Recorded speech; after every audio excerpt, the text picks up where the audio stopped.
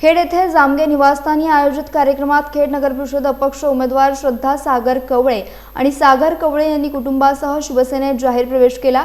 हा प्रवेश शिवसेना नेते रामदास कदम आणि आमदार योगेश कदम यांच्या प्रमुख उपस्थितीत पार पडला। शिवसेना मुख्य नेते एकनाथ शिंदे यांच्या नेतृत्वावर विश्वास ठेवत हा निर्णय घेतल्याचे यावेळी स्पष्ट करण्यात आले।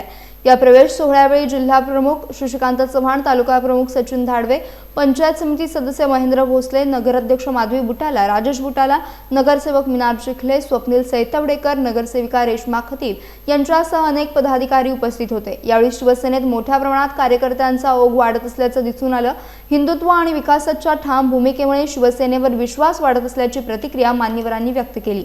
कार्यक्रमात शिवसैनिक, युवा सैनिक, महिला आघाडी आणि ग्रामस्थ मोठ्या संख्येने उपस्थित होते।